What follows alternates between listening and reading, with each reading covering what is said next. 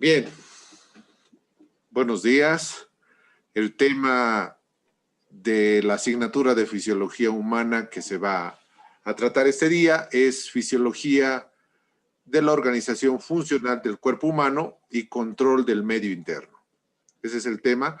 Está dentro de lo que es el libro oficial de la cátedra, que es el libro de Tratado de Fisiología Humana, es el capítulo número 1. Y bueno, ahí ustedes lo van a encontrar en extenso y ahora vamos a hacer la presentación del mismo.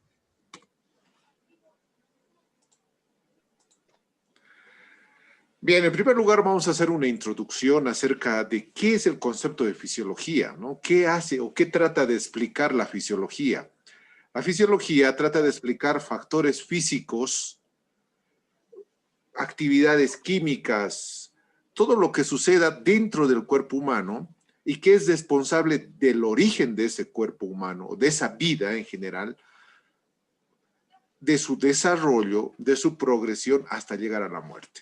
Ahora, no solamente vamos a hablar del aspecto del ser humano. Cuando hablamos de fisiología, estamos hablando que la fisiología abarca todo tipo de vida, desde la más pequeña, que puede ser un virus, que es la vida más pequeña, hasta llegar a seres tan complejos como el mismo ser humano o algún otro animal superior que tenga también muchísimas funcionalidades. Entonces, para eso la fisiología se va a dividir en diferentes tipos de fisiología, ¿no? Etimológicamente, hablar de fisiología es fácilmente decir que viene del griego fisio, que significa función, y logos, estudio. O sea, es el estudio o función el estudio del funcionamiento, ya sea de una célula, ya sea de un órgano, de un tejido, de un aparato, de un sistema. Hay que encontrarle una determinada funcionalidad a cualquier aspecto biológico. Desde ese punto de vista se clasifica estas funciones fisiológicas de acuerdo, por ejemplo, si es en un virus, estaríamos hablando de la fisiología vírica. Si estamos hablando de una bacteria, estamos hablando de una fisiología bacteriana. Y si estamos hablando de células, fisiología celular, vegetales, fisiología vegetal. Y en el caso del ser humano, es la fisiología humana la que vamos a aprender durante este año. ¿Qué hace la fisiología? Les había dicho que busca mediante la explicación mediante los fenómenos químicos y físicos que se producen fundamentalmente en las células. Porque las células, el conjunto de células van a constituir un determinado tejido o un determinado aparato y luego un determinado órgano, aparato, sistema, y que va a tener una determinada función. Ya sea una célula sola, célula tiene una función. Entonces busca explicar estas características, ¿no? Ver los mecanismos específicos que hacen que un ser humano se comporte de una determinada manera dentro de su funcionamiento, ¿no? Estamos hablando de muchos órganos, de muchos tejidos, de variedad de células que existen en nuestro cuerpo. Entonces, si hablamos de célula, es partir de la unidad fundamental del cuerpo humano. Y la unidad fundamental es así la célula, ¿no? Es la unidad básica del cuerpo humano. Esta unidad constituye tejidos y estos tejidos llegan a constituir órganos, ¿no? Estos órganos, que son simplemente un conjunto de células, un conjunto de tejidos, que pueden ser desde el corazón, células miocárdicas, hasta el pulmón, alveolos pulmonares, o el hígado, hepatocitos, o podemos encontrar células glandulares en el estómago, células musculares en el estómago, en la pared del estómago, células glandulares, las famosas células criptas de Lieberkühn, las células propias del estómago. O podemos encontrar neuronas, que son células pertenecientes a lo que es el cerebro. O podemos encontrar las famosas neuronas, ¿no? Que son unidades que forman parte de lo que es una estructura, un órgano que es el riñón. Y entonces dentro de la piel encontramos células epiteliales, dentro de la sangre encontramos células sanguíneas, todas, absolutamente todas, tienen una determinada función, ¿no? Aproximadamente, ¿cuántas células tenemos en nuestro cuerpo? Tenemos aproximadamente 100 billones de células. Y esa es una cantidad, billones, estamos hablando con la letra B, billones, ¿no? Y cada célula tiene una determinada función, cada célula tiene una determinada forma, y cada célula va a constituir un determinado tejido y luego un órgano y va a formar parte de un aparato, de un sistema. Estas células tienen la capacidad de reproducirse, como ustedes bien saben, mediante el fenómeno biológico que se denomina como mitosis en células somáticas y meiosis en células sexuales. Al hablar de células sexuales estamos hablando fundamentalmente del espermatozoide y del óvulo. Este gráfico me habla sobre una célula particularmente muy numerosa. Son los eritrocitos. Los eritrocitos constituyen aproximadamente el 25% de toda la masa celular de nuestro cuerpo humano. Básicamente están en torno a los 25 billones de células. El número tan inmenso de solamente esta variedad de células es debido a la función importante que tiene este eritrocito. La función importante de este eritrocito es la de suministrar el combustible fundamental para todas nuestras células. Y ese combustible, como ustedes bien saben, es el oxígeno. Este oxígeno es fundamental para que cuando se mezcle con hidratos de carbono, glucosa, con grasas, ácidos grasos o con proteínas, aminoácidos, lleguen a formar la unidad fundamental de energía que es el ATP a nivel mitocondrial. Entonces entendamos que la función está debido a la importancia y el número está debido a la importancia que tienen estas células. 25 billones de células. Una cuarta parte del total de nuestras células constituyen estos glóbulos rojos, de los 100 billones. Dentro de lo que es nuestro cuerpo humano, tenemos que tomar en cuenta que existen líquidos extracelulares y líquidos intracelulares. ¿Qué significa un líquido extracelular?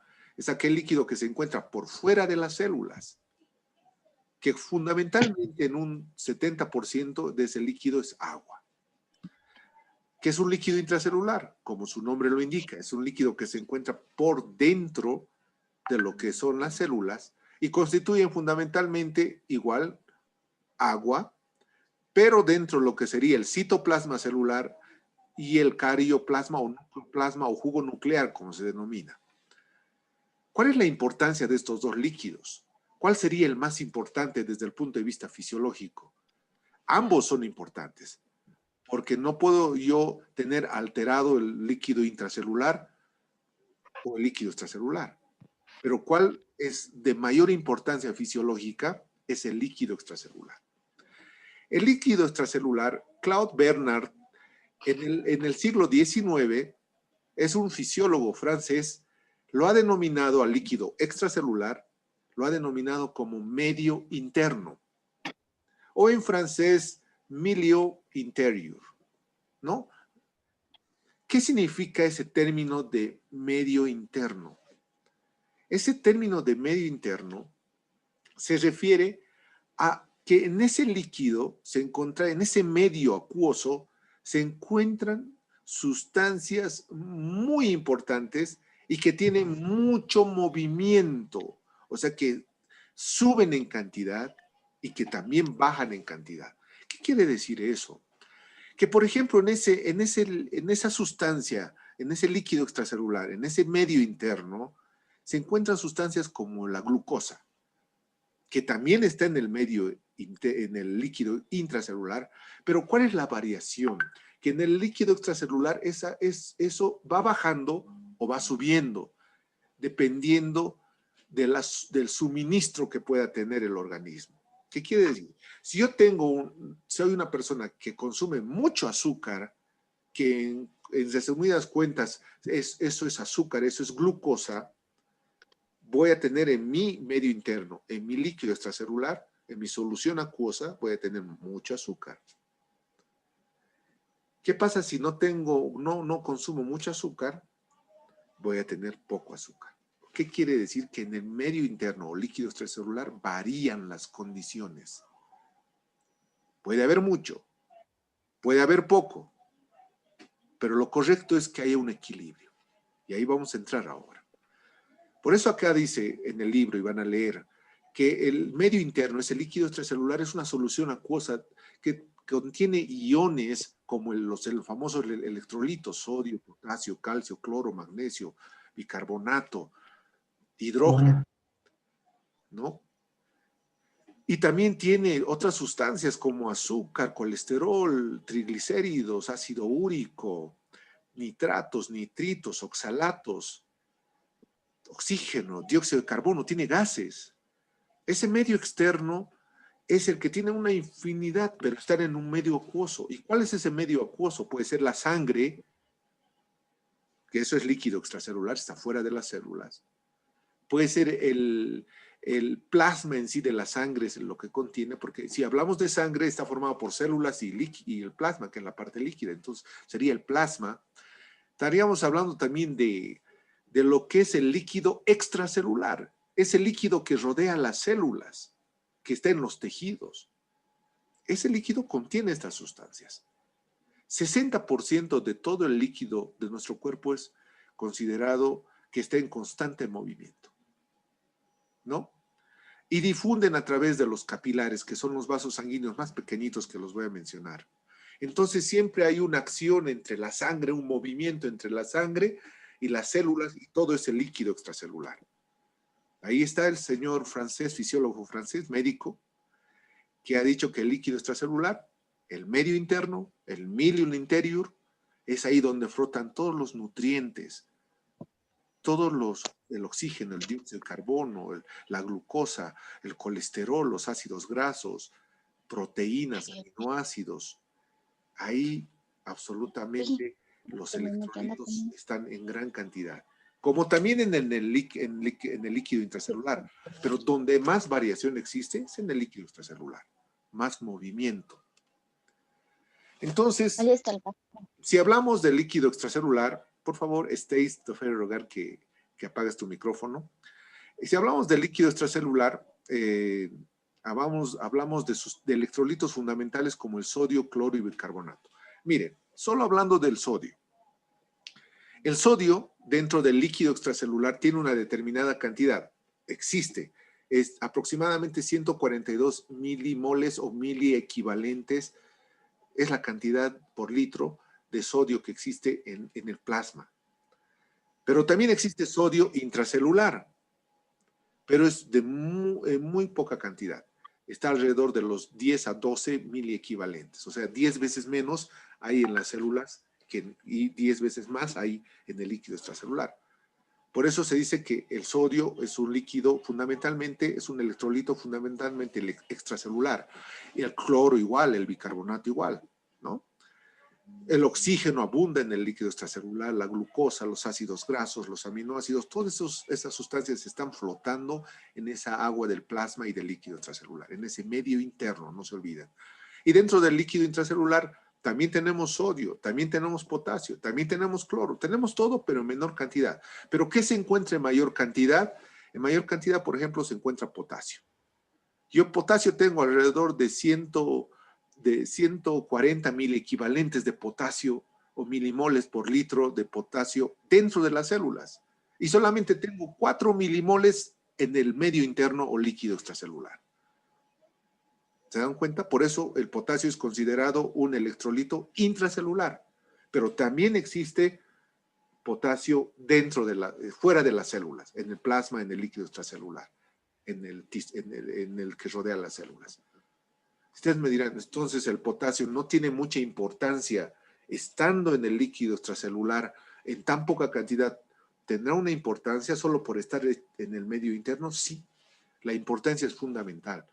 Porque si yo tengo excesiva cantidad de potasio que pasa los 4 milimoles o mil equivalentes y puedo llegar a 5, a 7, a 8 milimoles, existe riesgo de muerte. En fisiología, y quiero que se memoricen esto para toda la vida, todo tiene que estar en equilibrio.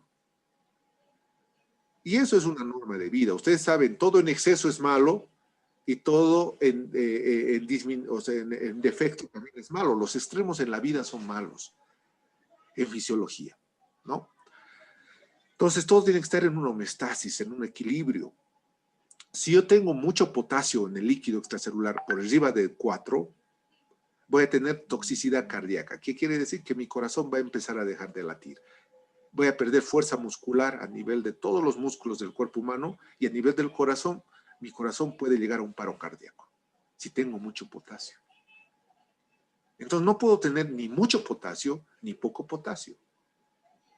Todo tiene que estar en equilibrio. Pese a que el potasio es más intracelular, me importa mucho el valor extracelular. ¿Por qué? Porque el valor extracelular circula por todo el cuerpo, el líquido extracelular circula por el plasma, por todo el cuerpo e influye a todos los órganos y todos los sistemas.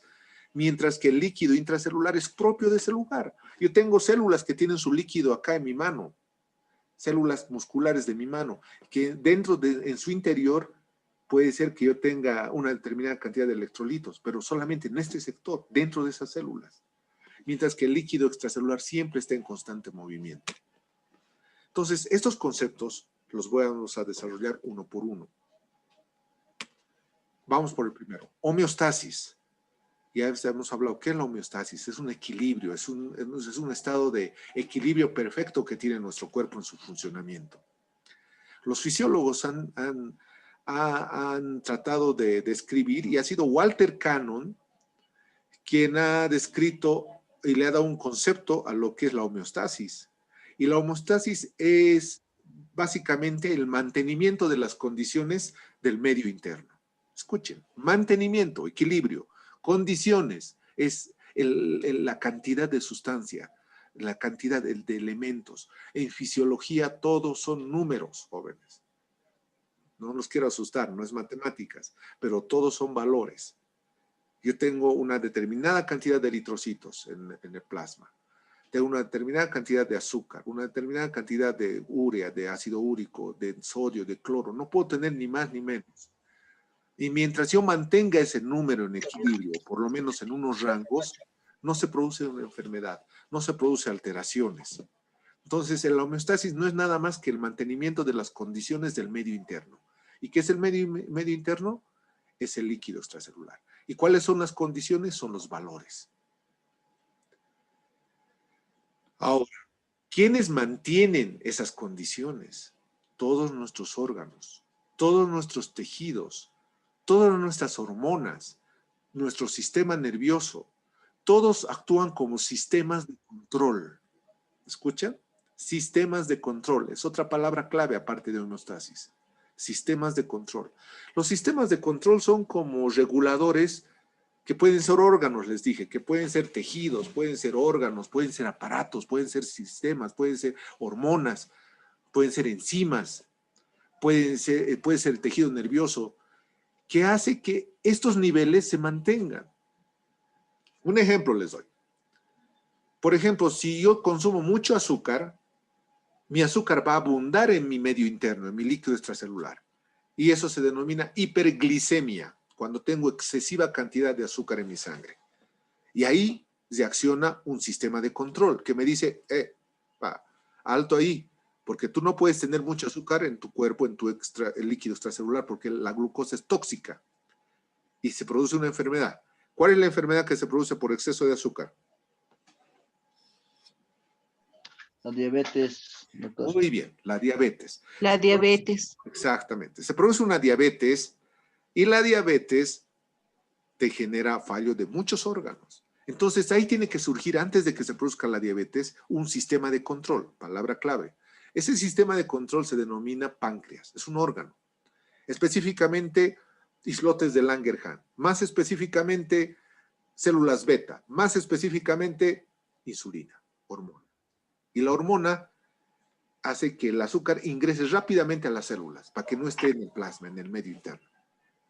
Y se mantienen los niveles de glucosa que debería haber siempre, que son de 70 a 100 en ayunas o menos de 200 después de 2 horas de consumir alguna comida. Entonces, entiéndame, esos sistemas de control hacen que se mantenga la homeostasis. En el momento que estos sistemas de control no pueden mantener la homeostasis o el equilibrio de estos valores numéricos, se produce la enfermedad. En el momento que mi páncreas ya no produzca insulina o produzca poca insulina, se produce ya la diabetes. Entonces hay que ayudar a ese órgano, hay que ayudar a ese tejido mediante medicamentos, mediante dieta, mediante etcétera, para siempre mantener ese medio interno, esa homeostasis. Muy bien. Pasamos a otra diapositiva donde nos habla acerca de que el líquido intracelular es el que obviamente va a suministrar, el intracelular va a llegar dentro de las células gracias a que todos los suministros a ese líquido intracelular mediante la sangre, ¿no? Mediante los capilares sanguíneos. O sea, ese líquido intracelular va a recibir también, una determinada célula recibe nutrientes, recibe sodio, potasio, recibe todo lo que está en el líquido extracelular. Pero a diferencia del líquido extracelular, este no está en movimiento. A veces se acaba, se agota, tiene que recibir más o menos. Pero el del líquido extracelular está siempre en constante movimiento. Entonces, para eso tenemos un aparato circulatorio. El aparato circulatorio es el que suministra de nutrientes a todas las células, a todo ese líquido intracelular, perdón, ¿no? Se dice que la sangre, el único lugar por donde la sangre atraviesa o sale de los vasos sanguíneos, en sí la sangre, ni siquiera la sangre, sino los nutrientes o las sustancias, es a través de los capilares. Los capilares son los vasos sanguíneos más pequeñitos que existen en nuestro cuerpo. Los capilares son de aproximadamente, miden micrómetros, ¿no? El diámetro de un capilar es de 10 a 40 micrómetros, es muy poco en ese sentido, ¿no? Es muy pequeño, son microscópicos. Y se dice que no existe capilar, o sea, los capilares no están a más de 50 micrómetros de una célula. Siempre está una célula cerca, porque es a partir de ahí que se produce el intercambio del capilar salen los nutrientes y van hacia la célula, y de la célula van los desechos. ¿Qué desechos tiene la célula? Puede tener creatinina como desecho, puede tener ácido úrico, urea, dióxido de carbono, que es el desecho fundamental, o agua, que puede formarse como desecho, inclusive por exceso de cantidad, o puede salir de la célula hormonas, enzimas, o puede salir alguna determinado aminoácido, alguna determinada proteína, un hidrato de carbono, en sí, todo lo que existe en la sangre. Existe movimiento entre lo que es un vaso sanguíneo y lo que son las células. Y gracias a ese movimiento se produce la nutrición y la excreción de desechos y la nutrición, el alimento de las células. Y fundamentalmente es a través de ese medio externo, líquido extracelular, es el que rodea las células. Ahí se encuentran todos esos nutrientes y esos desechos, ¿no? Grandes cantidades de líquido difunden también. No solamente a veces salen nutrientes, también sale líquido. Hay migración de agua, migración de líquido desde el interior al exterior de la célula, o sea, está en constante movimiento. Como les decía, raramente una célula se encuentra a más de 50 micrómetros de un capilar. Siempre tienen que estar cerca, porque es el único lugar que va a salir de la sangre por esos capilares los nutrientes, y el único lugar donde se puede llevar los desechos para que sean eliminados, ¿no? O sea, hay un movimiento cinético entre el plasma y el líquido intersticial. O sea, el líquido intersticial se denomina líquido extracelular, al que rodea a las células. Un líquido extracelular o líquido intersticial es el líquido tisular, pues, el que rodea las células. Bien, vamos a hablar del origen de los nutrientes del líquido extracelular. Para que exista nutrientes en este líquido extracelular, o sea, en el plasma, en la sangre, para que me entiendan, ¿de dónde tiene que ver eso? Del oxígeno. Entonces el aparato respiratorio me suministra ese nutriente que se llama oxígeno y que va a llegar al plasma. Del aparato digestivo, si yo no consumo alimentos, no va a llegar a la sangre ningún nutriente, ¿no? Entonces el hígado, otros órganos también aportan y modifican los nutrientes, o hacen que se transformen en otras sustancias. Y el aparato locomotor también me ayuda a aceptar nutrientes. ¿Cómo? Si yo quiero alimentarme y de aquí a una cuadra hay una pensión o un árbol con manzanas, tengo que moverme, ¿no? Y al moverme hago funcionar el aparato locomotor y por ende estoy suministrando nutrientes indirectamente. El aparato respiratorio. El aparato respiratorio se encarga, la función principal es hacer que la sangre tenga oxígeno. ¿Y cómo va a obtener oxígeno la sangre? Es a través de la respiración, la fisiología respiratoria. Va a capturar oxígeno, va a llevar hasta el alveolo.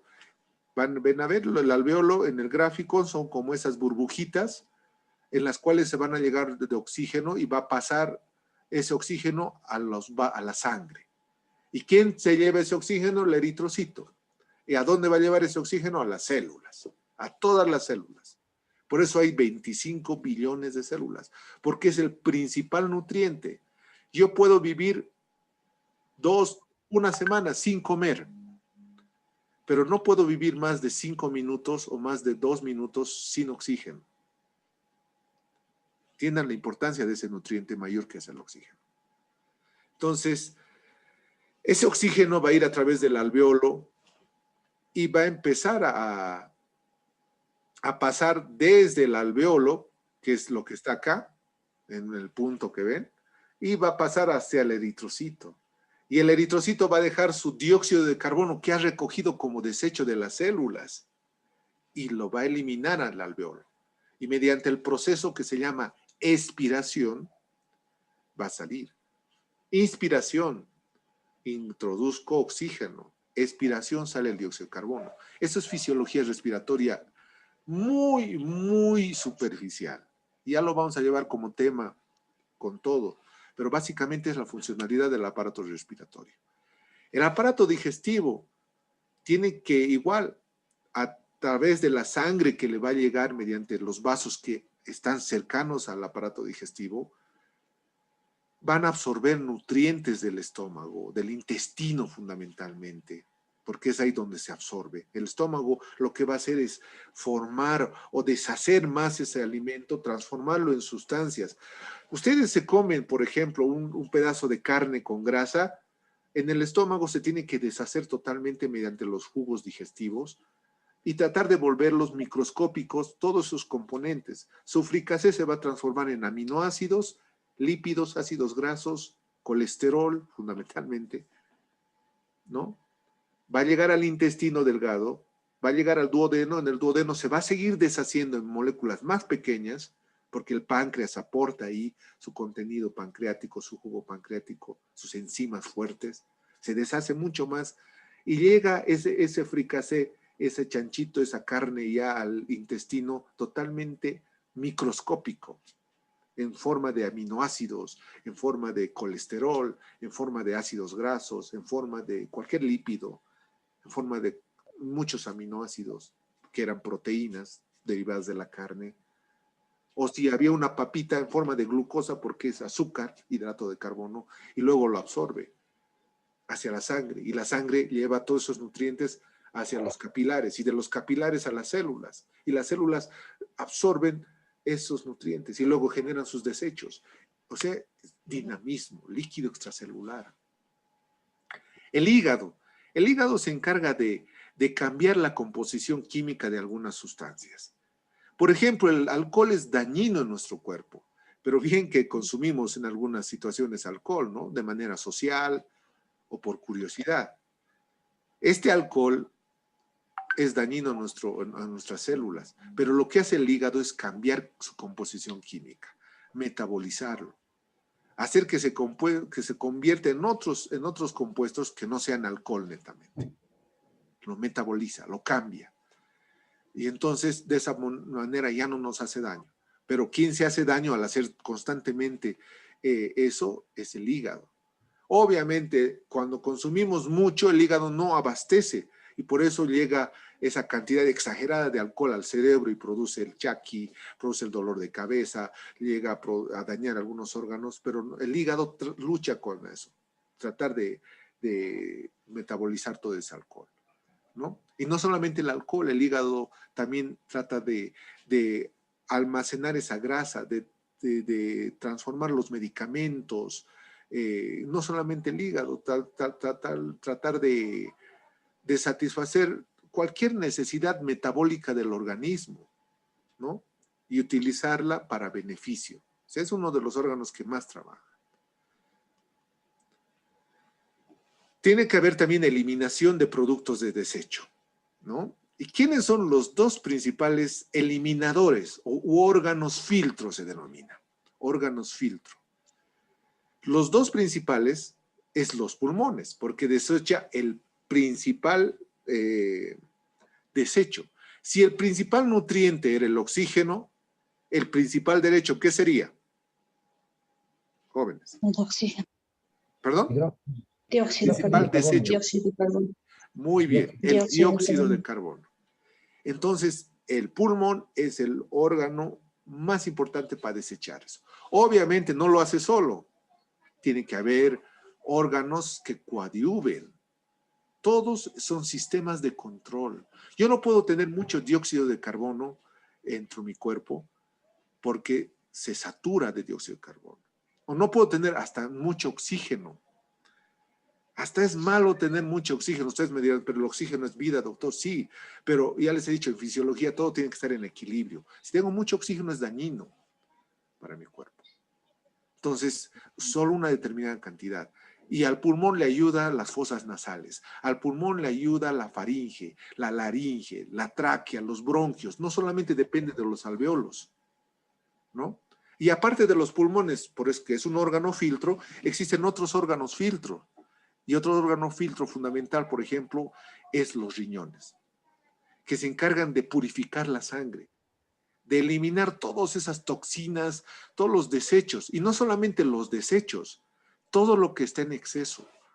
Cuando ustedes consumen mucho sodio, por ejemplo, ¿quién se encarga de eliminar el sodio? Es la orina.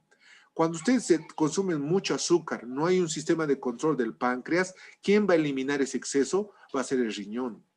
Pero el riñón, al eliminar esa cantidad de azúcar que ya el páncreas no ha podido nivelar con su insulina, se daña, porque la glucosa daña el glomérulo renal, o sea, daña ese lugar donde se está eliminando la nefrona. Y una muestra de que nosotros tengamos el riñón dañado es que hay azúcar en la sangre, un leve daño en el riñón. Entonces, entiendan la importancia, ¿no?, de los sistemas de control. Que, por ejemplo, para controlar el azúcar, no solo está el páncreas, también está el riñón. No solamente está la insulina, está el glucagón, que es otra hormona que también produce el páncreas. No solamente está el páncreas y el riñón para controlar el azúcar, también está el hígado. El hígado, cuando hay excesiva cantidad de azúcar, ¿qué hace el hígado? Absorbe todo el azúcar. Hay un proceso que se denomina como gluconeogénesis. La gluconeogénesis es la formación de glucógeno dentro del hígado. ¿Y qué es el glucógeno? Es una molécula que tiene cientos de glucosas. Por eso ustedes cuando consumen hígado de vaca, hígado de oveja, comen, ¿es dulce o no es dulce la carne del hígado? ¿Han comido hígado o es salado o es como la carne normal o es más dulce? Es dulce. Es dulce. Es Es dulce. dulce, doctor. Exacto. Es dulce, doctor. Porque tiene dentro de sus hepatocitos glucógeno. Y, y nuestro hígado, si nos comen a nosotros, igual va a ser dulce porque tiene glucógeno. Es una reserva de azúcar el hígado. Controla el azúcar. O sea, para controlar el azúcar no es un solo sistema de control. Ahí está el hígado, está el páncreas con su insulina, está el riñón.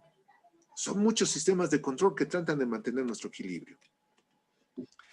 Entonces, nuestro cuerpo tiene que eliminar el dióxido de carbono, que es el más, eso ya lo he explicado, ¿no? En fisiología respiratoria lo vamos a ver como tema teórico. El riñón tiene que eliminar la urea, el ácido úrico, el exceso de agua. No puedo tener mucha agua en mi cuerpo, si no me hincho, ¿no? Y una muestra clara de que algo está fallando. ¿Por qué te hinchas? El riñón está mal. El sistema de control no está funcionando. Riñón enfermo, signo, persona que se hincha. Líquido excesivo, ¿no? Ven la importancia de los sistemas de control, de los valores que tienen que saber. Existen otros sistemas o aparatos que regulan el cuerpo humano. Regulación de las funciones corporales. Por ejemplo, son básicamente el sistema nervioso y el sistema hormonal. Esos dos sistemas controlan a todos los aparatos, sistemas u órganos, ¿no? Las hormonas y el sistema nervioso. Y es ahí que se dice en broma, o te controla el cerebro o te controlan las hormonas, ¿no? Ustedes verán por quién se hacen controlar. Eso se dice como broma cuando uno está enamorado, ¿no? ¿Cómo te controlas? ¿Tú con tus hormonas o con el cerebro? Pero en realidad, de la broma a la verdad no es muy poco, ¿no? Es rápido ahí, es la conexión rápida. El sistema nervioso controla todos los órganos, sistemas y las hormonas. Son sistemas de control, no se olviden también. Sistemas de regulación del cuerpo humano se denominan a los dos sistemas, hormonal y nervioso. El sistema nervioso, ya saben, que está formado básicamente por tres componentes. Una porción que recibe las sensaciones del mundo exterior, que es la aferente o sensitiva. Una porción que recibe, que se denomina la porción central o sistema nervioso central. Y la que da una respuesta sería la eferente o motora, o sea, la que da la respuesta. Siempre es eso, hay eso, ¿no? Un estímulo y una respuesta. Eso es en el sistema nervioso. Estímulo que puede ser perceptivo por los sentidos o por nuestros receptores. Visual, auditivo, sentidos, ¿no? Ahora el sistema nervioso está formado por la médula espinal, el cerebro, protuberancia, bulbo, toda la parte anatómica que tiene que la función de, sobre todo el cerebro, la función de almacenar información, de generar pensamientos, crear ambición, pensar, recordar, ideas, conocimiento, inteligencia, memoria, ¿no? También tiene que llevar todo eso mediante el sistema eferente, que serían los nervios, motores. Tenemos otro sistema que es el sistema nervioso autónomo, que constituye también lo que se denomina como neurovegetativo. Ahí están las funciones de los órganos, controlan las vísceras generalmente, ¿no? Controla el corazón, el estómago, controla el corazón, el aparato digestivo, las glándulas. Yo no puedo, si ahorita me lanzan un gas lacrimógeno, yo no puedo controlar no llorar, eso es autónomo. O no puedo decir al corazón, deja de latir, eso es autónomo. El corazón late, cuando deje de latir yo estoy muerto, ¿no? O el aparato digestivo, yo controlo hasta aquí, hasta la boca. A partir de ahí, no sé dónde está mi tiempo de ayer. ¿Dónde estará? Tal vez ya está por salir o sigue en el intestino o en el estómago, no se sabe, ¿no? Es que está controlado por el sistema nervioso autónomo. Solamente me voy a enterar cuando esté por salir, que ya está controlado de nuevo por el sistema nervioso central, que es la parte del esfínter anal externo, cuando ya se da la sensación de defecar. Bueno, eso van a aprender en fisiología, ¿no? Toda esa funcionalidad. Las glándulas, ¿no? Yo quisiera secretar menos sudor, tal vez, pero hay personas que secretan más, menos. Eso depende de cada condición climática, depende del nerviosismo, o sea, son factores que se producen. Y ahí son los órganos. Esto vamos a llevar bien así adecuadamente, que existe dentro del sistema nervioso autónomo el simpático y el parasimpático que tienen funciones diferentes.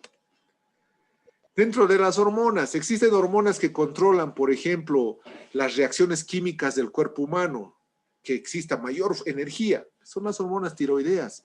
Existen hormonas que regulan los electrolitos, como ser el sodio y el potasio, son las hormonas de la glándula suprarrenal.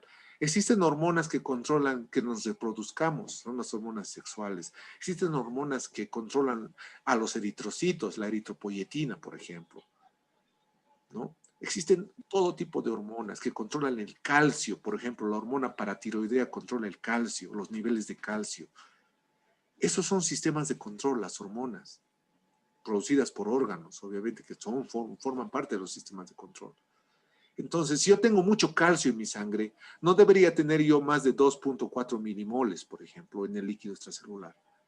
Pero si tengo excesiva cantidad de calcio, ahí va a actuar la hormona paratiroidea, ahí va a actuar la calcitonina para regular si bajo o subo los niveles de calcio, si tengo mucho o poco, para mantenerlo siempre en un equilibrio.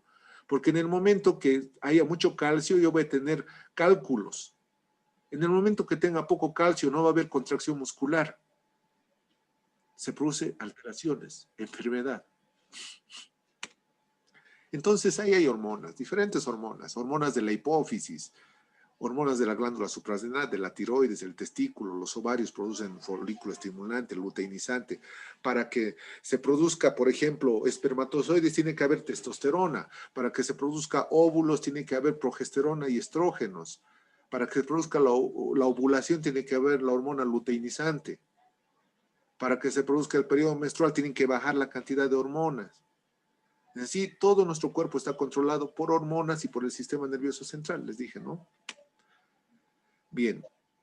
Existen también sistemas de regulación como para regular el oxígeno y el dióxido de carbono, existe una sustancia fundamental que se denomina hemoglobina. La hemoglobina es una proteína que se encuentra dentro de los eritrocitos y que se encarga de regular la cantidad ya sea de oxígeno. ¿Cómo? A ver, si yo tengo poco, ¿cuál es la función fundamental de la hemoglobina? Es agarrar el oxígeno y llevarlo hacia las células. El eritrocito, ¿cómo agarra el oxígeno? Gracias a la hemoglobina. Y la hemoglobina está formada de hierro, de otros elementos más, ¿no? Pero el hierro es fundamental. El hierro es un metal y se atrae mucho con el oxígeno. Por eso dices, los metales se oxidan, porque el oxígeno se pega bastante, una unión, afinidad química se denomina eso. ¿Qué pasa si mi célula tiene poca eritrocito, tiene poca hemoglobina? Y tiene que tener un valor. Por ejemplo, el eritrocito tiene que tener de 26 a 30 picogramos de hemoglobina. Si tiene menos, ya hay déficit de hemoglobina. Y entonces el eritrocito no va a poder llevar mucho oxígeno. Anemia. Por déficit de hemoglobina. Entonces, la hemoglobina, si yo tengo poca hemoglobina, mi cuerpo va a necesitar, va a tener poca cantidad de oxígeno. Entonces va a reaccionar. ¿Y qué va a decir? Elaboren más hemoglobina. Y a los eritrocitos les dan la información que elaboren más hemoglobina. Y la hemoglobina se hace a partir de hierro. Y si no consumes de vitamina B12, y si no consumes mucha vitamina B12, no consumes mucho hierro, no se forma hemoglobina el eritrocito, por más que el eritrocito quiera formar. Entonces los niveles de oxígeno bajan. Y el oxígeno sirve para las funciones corporales, básicamente de energía, les he dicho, ¿no? El oxígeno es fundamental. Y por eso la persona está débil, sin energía, se duerme, anemia. Entonces, el oxígeno es fundamental. La hemoglobina es fundamental para regular la cantidad de oxígeno o de dióxido de carbono. ¿Qué quiere decir? Quiere decir es que si tengo poco dióxido de carbono o mucho dióxido de carbono, es que tengo poca hemoglobina. Es así. Mucho oxígeno, poco dióxido de carbono. Mucho dióxido de carbono, poco oxígeno. Como son dos cosas antagonistas o contrarias, nunca pueden estar en equilibrio, no van a estar jamás. Entonces, si hay poca cantidad de oxígeno, se va a liberar bastante hemoglobina, o se va a elaborar, perdón, mucha hemoglobina por parte de los eritrocitos, para recoger el oxígeno y llevarlo. El oxígeno siempre va a haber, a menos que te lleven a un lugar donde no hay oxígeno, pero el oxígeno abunda, aunque en poca cantidad. La situación es que tus eritrocitos tengas una gran cantidad de eritrocitos que tengan buena cantidad de hemoglobina. ¿Y para qué lleven el oxígeno? ¿No? La concentración de dióxido de carbono también es importante porque el dióxido de carbono es producto es un desecho. ¿Por qué se produce el dióxido de carbono? Ustedes saben que cuando se produce oxígeno en la mitocondria, en el ciclo de Krebs, cada vez que se produce una molécula de oxígeno, perdón, de ATP, gracias al oxígeno, gracias a la glucosa, etcétera, hay dos desechos fundamentales. ¿Cuáles son esos dos desechos fundamentales? El oxígeno como desecho y el dióxido de carbono. Perdón, el agua y el dióxido de carbono. El dióxido de carbono tiene que eliminarse, eso es un producto de desecho y se elimina mediante la respiración, ¿no? Mediante la expiración. Ahora hay formas por ejemplo, para regular la presión arterial. Dentro, si están viendo acá en el gráfico, quiero que vean, dentro de esto lo que es el corazón, aquí a nivel de la aorta, que es este vaso sanguíneo que sale, es una arteria, existen los denominados vasoreceptores, que son corpúsculos que, que sienten o que se encargan de sentir, recepcionar la cantidad de oxígeno y la cantidad de presión, fundamentalmente. Si existe mayor presión o mayor cantidad de presión, esos vasoreceptores informan. ¿Cómo puede haber mayor cantidad de presión sanguínea? ¿Quién determina la presión arterial o la presión sanguínea? Es el corazón. Si mi corazón late mucho, va a expulsar con fuerza la sangre. ¿Y qué es la presión arterial? Es la fuerza que tiene la sangre chocando contra las paredes del vaso sanguíneo, de la arteria. ¿Es bueno tener presión alta o que sea mucha la presión? No es bueno, porque puedes romper los vasos sanguíneos. Puede lesionar, hace que el corazón está trabajando muy fuerte. Tener presión alta hace que el corazón lata mucho. El corazón no debería latir mucho. El corazón tiene igual números de latidos, se llama frecuencia cardíaca. Tiene aproximadamente 70, 80 latidos en estado de reposo. Pero si en estado de reposo yo tengo más de 100 latidos, ya estamos entrando a una alteración de la homeostasis, una alteración del equilibrio de la función del corazón. Y eso me sube a una presión arterial alta. Y la presión alta va a hacer que los vasos chiquititos que ustedes han conocido más antes como capilares se rompan. Y si se rompen, hay hemorragia. Ahí ya no se produce el intercambio. Entonces se acumula de desechos ese lugar de las células o ya no le llega oxígeno a ese lugar. Porque ya se va a taponear para evitar la hemorragia, se va a taponear ese lugar. Y ya no va a suministrar, ya no va a ser suministrado por oxígeno, por nutrientes. Y puede haber una muerte celular. Entonces, entiendan la funcionalidad que tiene esto de la regulación de la presión arterial. Ahora, tener presión baja también es malo. Cuando uno tiene presión baja, es que quiere decir que el corazón está latiendo con poca fuerza. Sus latidos son menos de 70 latidos por minuto. Y la sangre está saliendo como cuando no hay agua en la pila, así despacito. No hay presión contra las paredes de las arterias. ¿Y ustedes creen que con esa fuerza va a llegar hasta la punta de los pies o hasta la última neurona rápidamente? Recuerden que mis células necesitan oxígenos constantemente, especialmente del cerebro. Entonces, la persona que tiene presión baja perdón, la persona que tiene presión baja va a tener las manos frías porque no le está llegando mucho la circulación, la sangre. Va a tener los pies fríos, va a estar débil, cansada, va a estar con sueño porque sus neuronas se están apagando por falta de oxígeno, por falta de glucosa, de nutrientes que lleva la sangre, esa circulación. Entonces, esos vasoreceptores me detectan que no haya mucha presión o poca presión y lo mandan al cerebro. Y ahí les vamos a explicar el nervio de cómo llega mediante el glosofaringeo hasta los núcleos de la protuberancia y luego llega ahí y dan una respuesta. Hay centros que regulan y dan una respuesta, centros vasomotores. Y esa respuesta dice que el corazón lata más, hay poca presión. O sea, hay mucha presión, que el corazón lata menos. ¿A quién le mandan? Al sistema nervioso.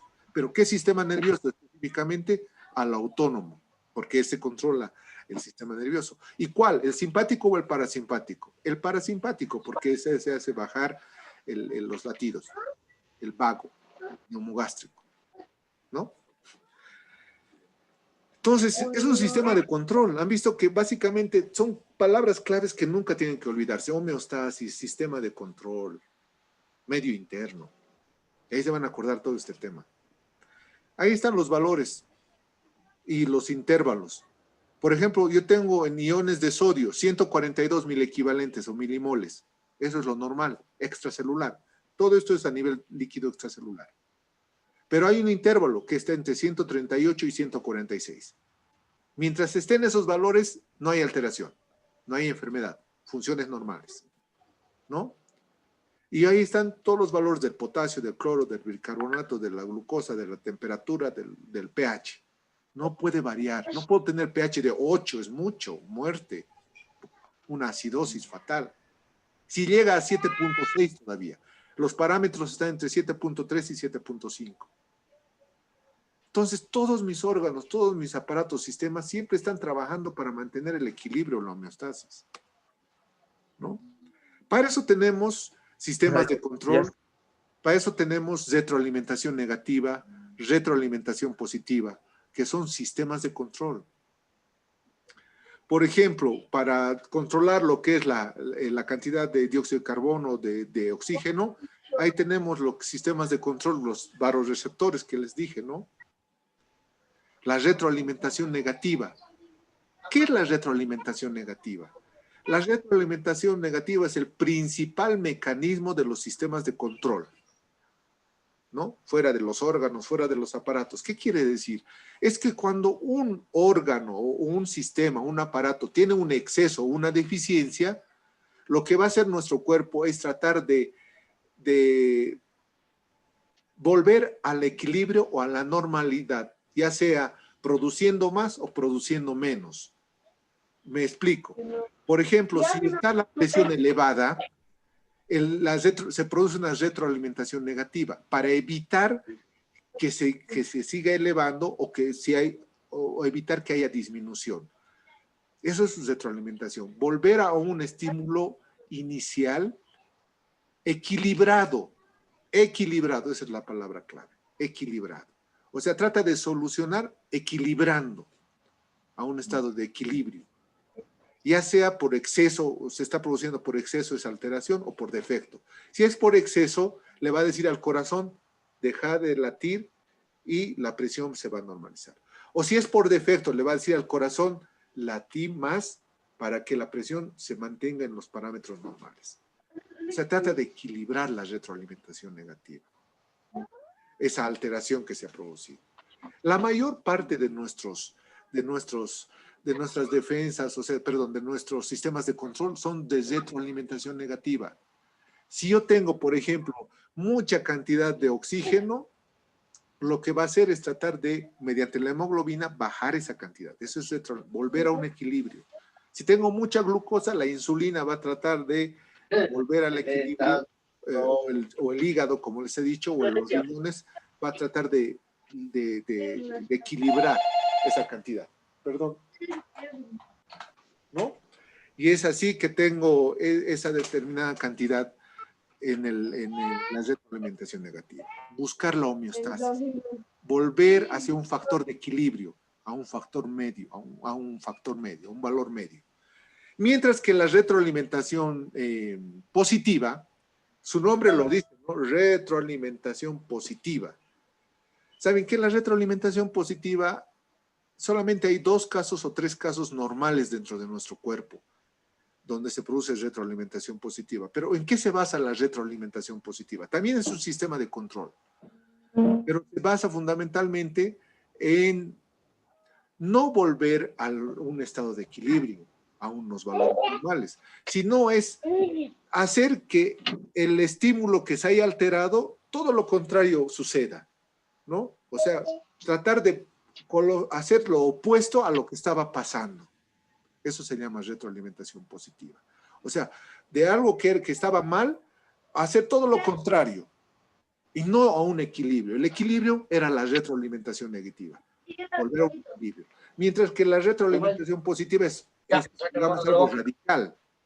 Se va a un estado muy positivo, o sea, a todo lo contrario a lo que se ha generado. Ustedes me dirán, está bien, doctor, que vaya a todo lo contrario, pero no, eso puede llegar incluso a la muerte en algunos casos. Por ejemplo, cuando una persona pierde 2 litros de sangre, pueden apagar sus micrófonos, por favor. Cuando una persona, José Luis Quispe, puedes apagar.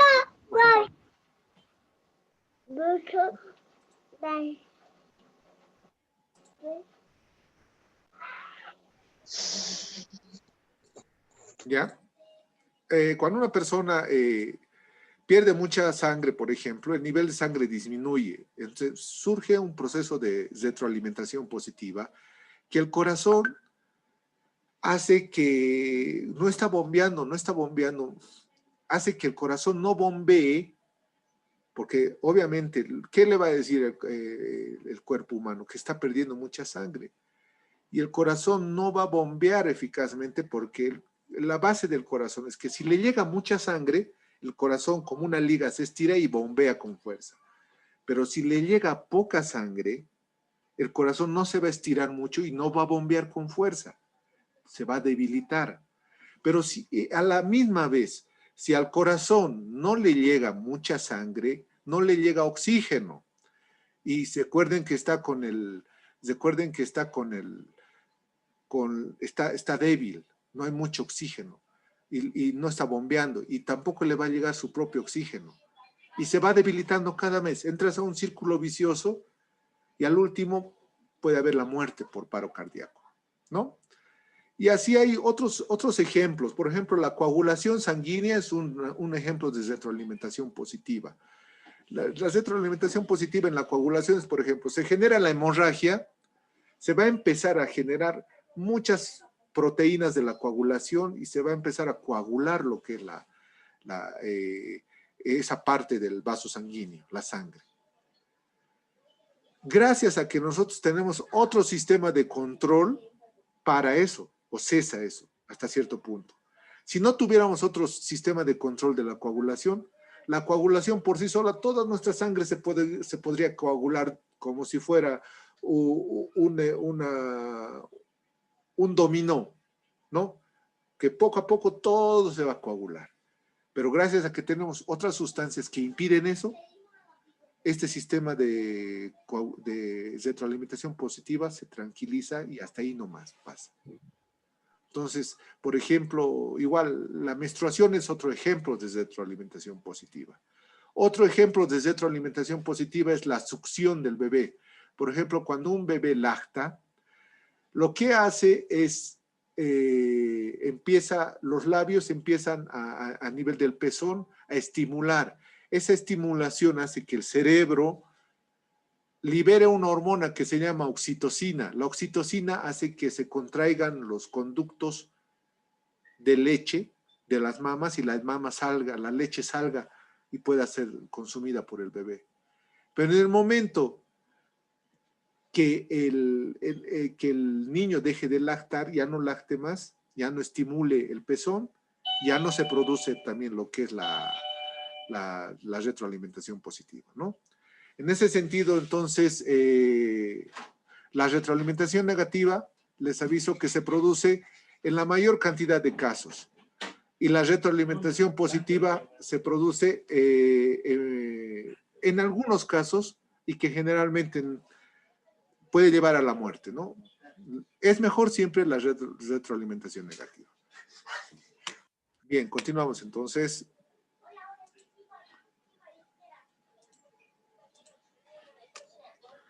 Bien, entonces ya hemos hablado esto de la retroalimentación positiva, que a veces es útil, ¿no? Ya les he explicado. Y ese es el control adaptativo, el cerebro, ¿no? Hay un control, esta es la última parte, aplica un sistema que se denomina control anterógrado.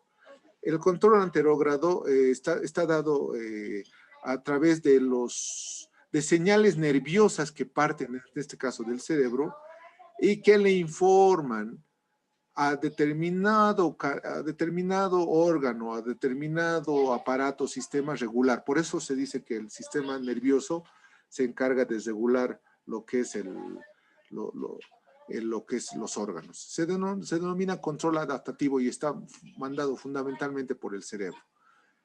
Bien, con esto estaríamos acabando, jóvenes, todo lo que es el tema. Si tuvieran alguna consulta o alguna pregunta, pueden hacerlo en este momento. Voy a dejar de grabar. Muchísimas gracias. Voy a dejar de grabar, detener la grabación.